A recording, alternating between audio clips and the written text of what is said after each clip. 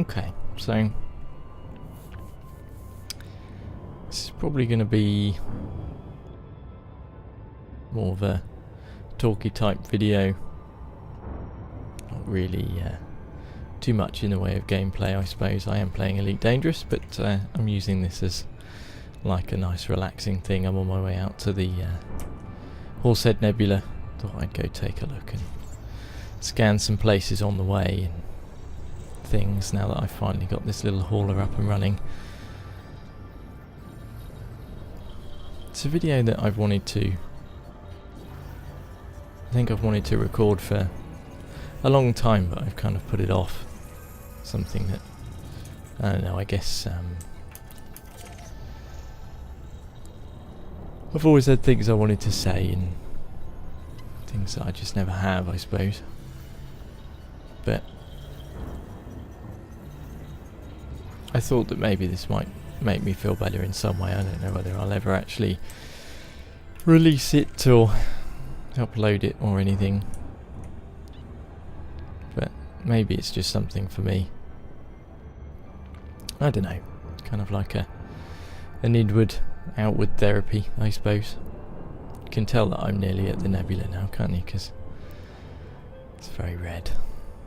There's quite a few orbital bodies in this system I want to try and capture. It's very rich over this way with tons of stars all very close together. Still kind of getting to grips with this game. I've been playing it for about 60 hours and I still don't really know very much, to be honest.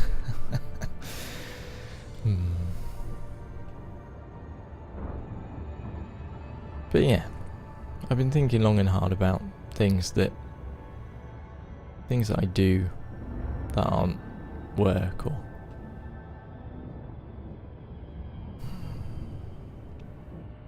things, brain food, I suppose. The things that you do to stay sane.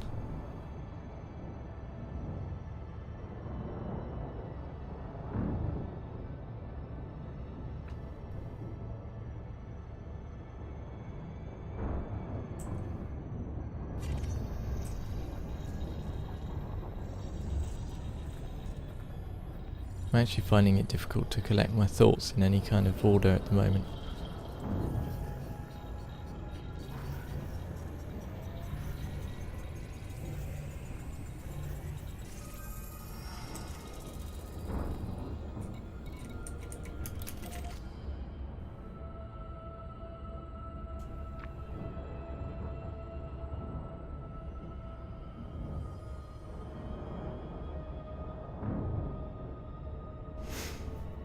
I know that I've mentioned before that I've played bass. Or I am a bass player, I suppose. And of late the music thing's been a little bit sporadic. I haven't really been too focused on it. The work's got more involved recently, so I've had to invest a little bit more time in that, which I am kind of enjoying, I suppose. I'm in a new kind of position. Got people and products to look after, which is a little bit different than just going in every day and manufacturing stuff, you know. But I used to play a lot of music when I was at school. Ended up being forced into a lot of it. I used to play brass instruments, funnily enough, and you kind of end up... I was one of two trombone players. So you kind of get told, you know, you're going to be playing in this junior band and the senior band, the junior orchestra, senior orchestra, and the resident jazz band, and the quartet. And you're going to be doing solos. And you're going to play at this event. And you're going to play at that event. And you find you're having to stay after school 1 day a week, and then 2 days a week. 4 days a week. And by the time I left school, I really wasn't very interested in music anymore. I did some of my grades, not all. you kind of lost interest in it. It was, you're going to be playing this, you're going to be playing that, you know. You never really get a choice of things to play. Finally got to the point where, nah, don't want to do this anymore. But luckily enough, I was really getting into trials riding, just as I was coming up to leaving school. And I was actually quite good at it. It's a bit like old Kickstart, it used to be on the TV. But with push bikes rather than motorbikes. There is such a thing. If you look up cycle trials or trials riding, I'm sure you'll find something. And yeah, I was quite good at it. I kind of initially planned to go into work dressing up bodies for funerals and things. Weirdly, kind of the artistic side in me, I suppose. And then the trials riding kind of took over, so I was like, okay, I kind of really want to do this, you know, and started to look at competitions and things, and it's good fun. Few people I knew used to ride regularly. We'd go out and spend all of our time. If I wasn't riding a bike, I was fixing a bike or building a bike, you know. Then ended up, I only really had 2 accidents during that time, and the second one kind of finished it for me. I wasn't really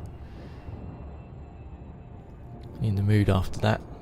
The doctors advised that it wasn't really a good idea,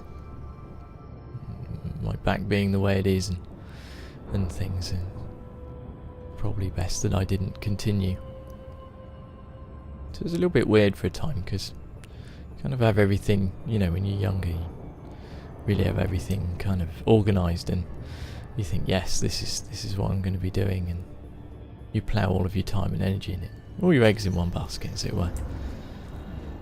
And then all those eggs get kind of thrown out all over the floor and half of them crushed. And you think to yourself, well, what am I going to do now?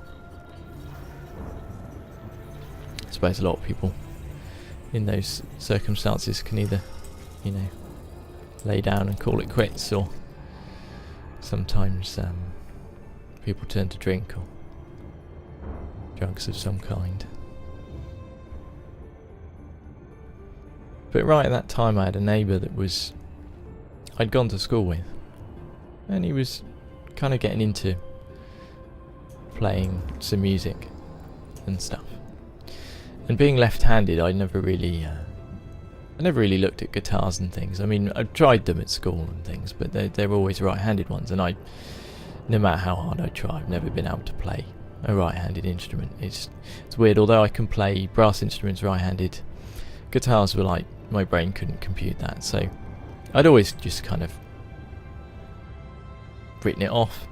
I mean, the thing is with that is that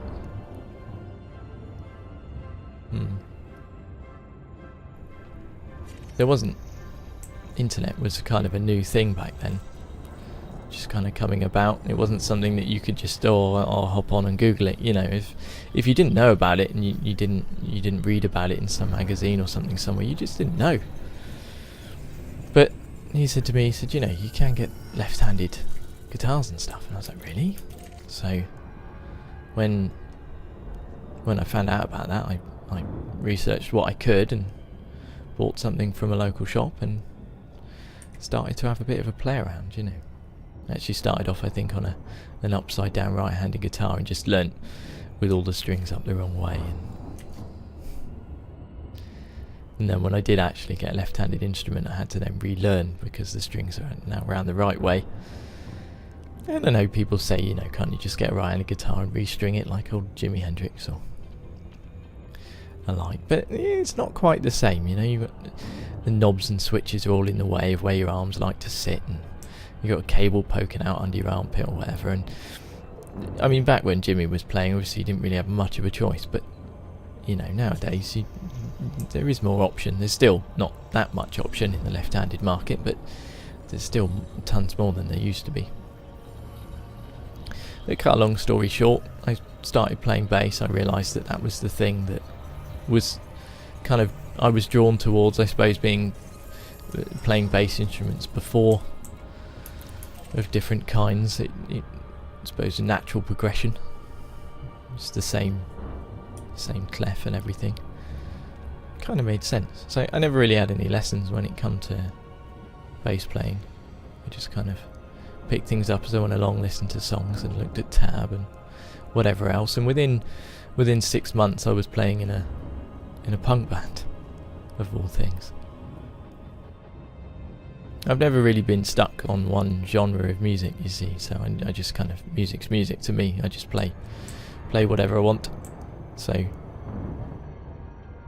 it was kind of an easy thing, an easy introduction to playing in a band, really. You know, kind of 4-chord riffs and just strum them really fast and you're done. But yeah, within 6 months we were gigging. We had 13 or 14 songs I think we could pretty much get through in half an hour set. And yeah, we just do our thing. Lasted for quite a while as well. I'm not quite sure how many years I was doing that, but that was quite a thing. Smoking quite heavily then, and not really drinking too much. We did go out and drink, but I used to have about 4 pints of Guinness and then fall asleep, you know. Kind of stumble back to the flat.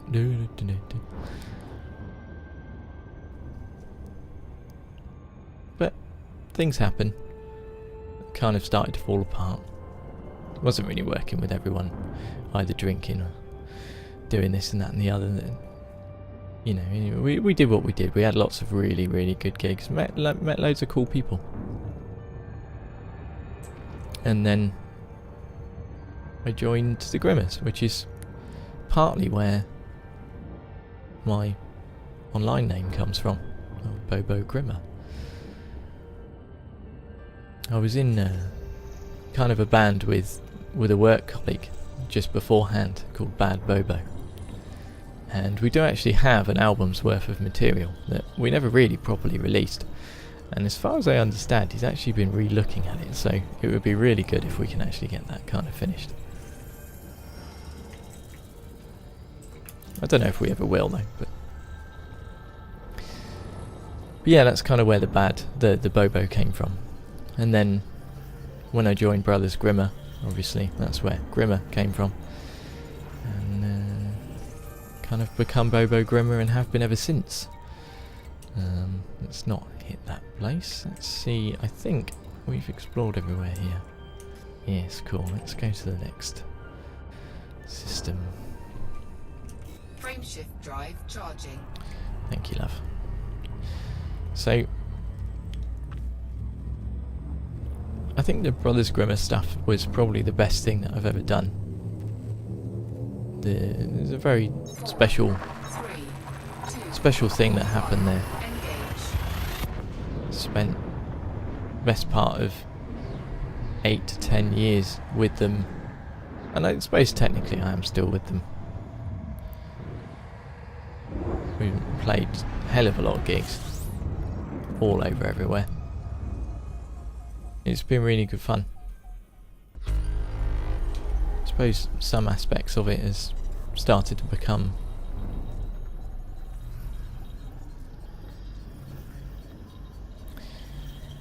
a little bit more of a chore, I suppose. Something that was really, really good fun before is now not really quite as fun as it probably should be. And it's weird because the music side of it is lovely, but the organisation and all the extra, the hassle, as I find as I get older, it's just not that. It's taken away the fun. But I don't think it's entirely that's been niggling at my brain. I think I have a nasty habit of, I suppose, what do you call it,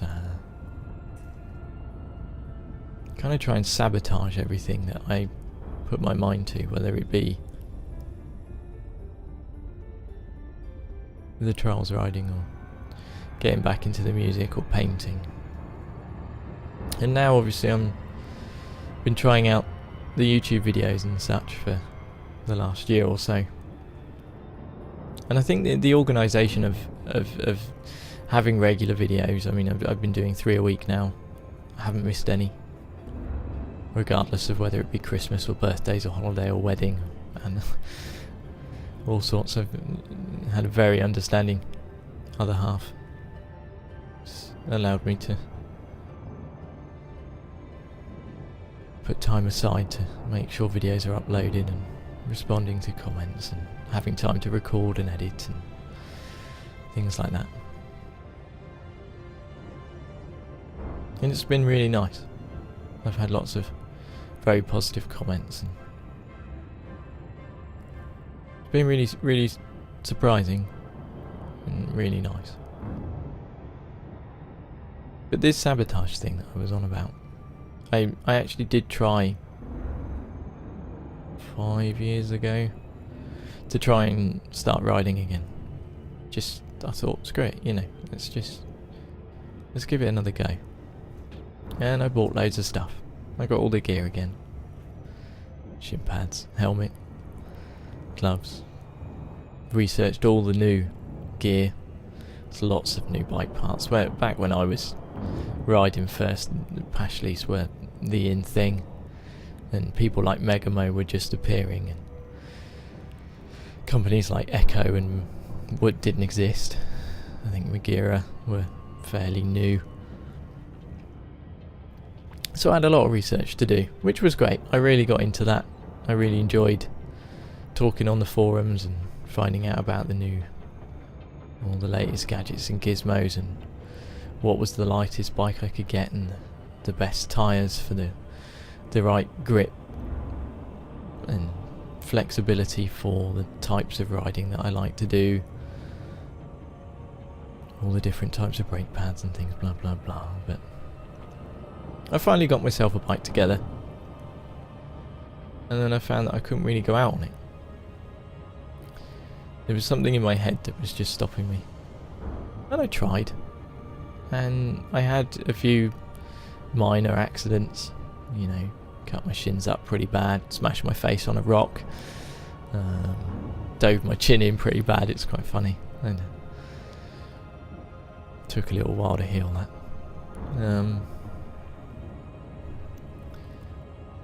But yeah, I'd just talk myself out of it. When you're younger, you can just kind of go for things. And I was finding that, for whatever reason, I was like, well, you know, there was this little seed of doubt. Well, what if you can't do that? Or, are you really sure you want to be doing this? And then I found that started to creep into other things, like the bass playing. And it got to a point where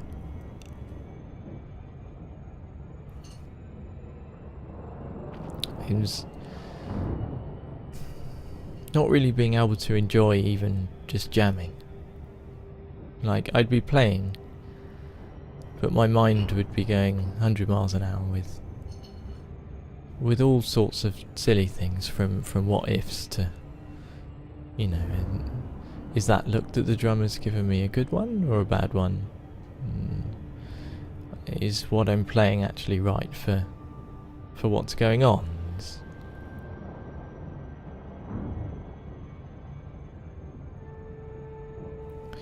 Are you actually playing anything of any worth?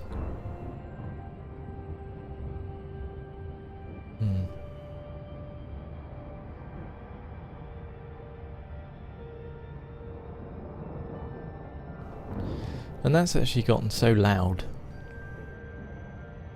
that I suppose over, especially this year, I've just not really been able to play. It's finally gotten to the point where it's kind of won, and I've let it win, I think. I think the last 2 or 3 months I haven't really played at all. I haven't been to jams, any of the gigs that we do.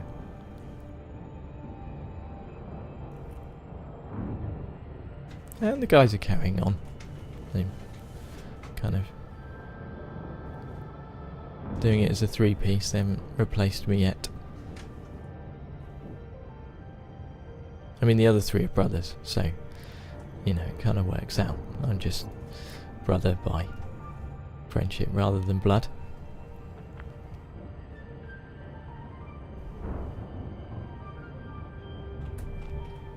And at the moment I'm not sure entirely if I'll actually go back.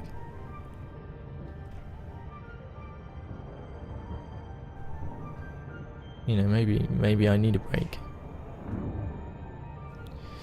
But something that worries me is that, you know, I thought, well, while I'm having this break, I'll invest some more time in the YouTube thing.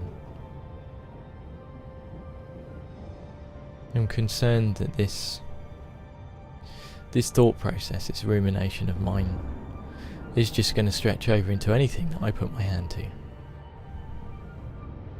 You know, do I really want to get too deep in this rabbit hole? Do I want to be concerned about subscriber or views or likes, or whether or not people like content? Or, you know, it's almost like same shit, different day.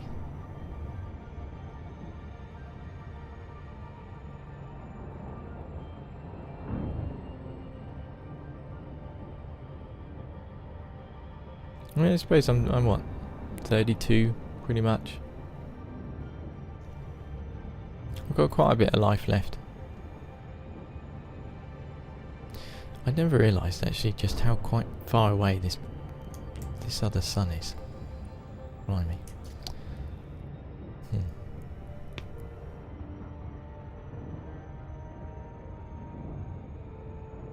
Cool.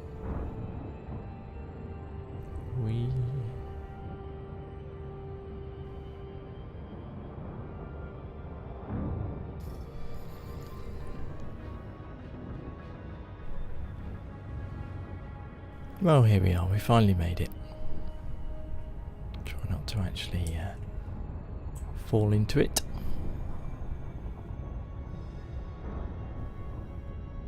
Yes. A brown dwarf. Kinda looks pinky purple to me. Well, how lovely is that?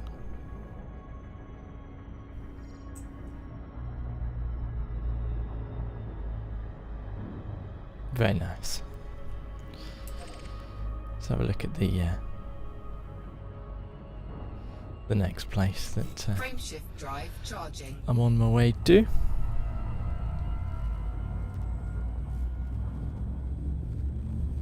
Borrowing a flight stick off of Pat,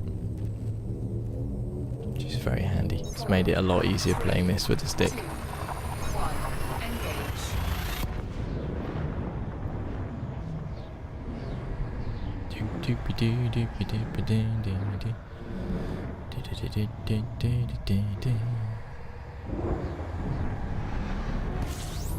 Here we are. Let's see if we can refuel here, shall we? Set the scanner off.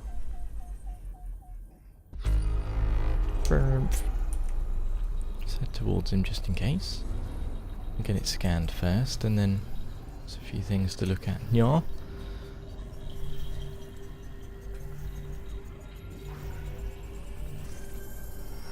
Nice. M. Good. We can scoop from it. I kind of remember the stars that we can scoop fuel from by the term KGB foam. Just a bit odd, you know. So let's just refuel over this star. Get lined up for the next one.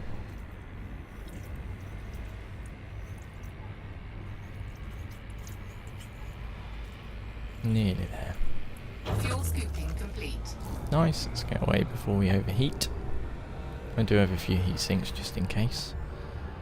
I had to use one pretty much just after I left port actually, because I ended up kind of screwing up with a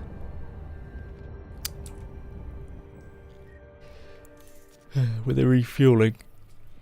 But anyway, oh, excuse me. So yes, the bubble is way up there. And I kind of worked my way out to the Witch Head Nebula and had a look around here and didn't really see anything too interesting. So I thought, well, what I'll do is I'll pop over to Horsehead Nebula and have a look around. So yeah, I'm kind of working my way through here, which is Orion's section here, and then passing through over to the Horsehead, and then I don't know, I might head out even further, maybe. Depends on how far this little hauler will take me. But yeah, lots of stars to have a look at over this way, so yes. But anyway, yeah, I don't really know what the point in this video was entirely, but like I said earlier, I suppose it might make me feel better, but yeah, so if you watched this far, then thank you, I suppose. Yeah, it's weird. I'm sure I'll be fine. I've been here many times before. I'm sure that I'll survive another year. And hopefully I'll get to the bottom of it eventually. Yeah, if not, then, you know, maybe it's just something I have to carry on battling through, so yeah. Right, well, I think I'll leave it here, so